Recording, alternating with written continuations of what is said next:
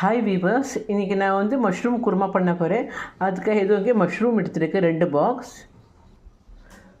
இது வந்து அரைப்புக்கு ரெடி பண்ணுவோங்க. தக்காளி, சின்ன வெங்காயம், தேங்காய், முந்திரி, பூண்டு, சோம்புங்க. இதெல்லாம் வதக்கிறதுக்குங்க. ஊற வச்ச கசகசா, ஹோல் ஸ்பைசஸ்.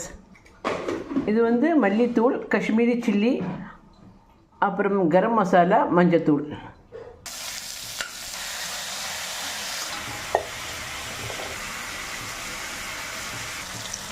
இஞ்சி பூண்டு பேஸ்ட் ஆட் பண்ணலாம். அரைப்பில் வந்து கொத்தமல்லி இலை, அப்புறம் புதினா இலை போடலாங்க. இது போட்டால் நல்ல ஸ்மெல்லாக இருக்கும், நல்ல வாசனை வருவாங்க. சால்ட் ஆட் பண்ணலாம்.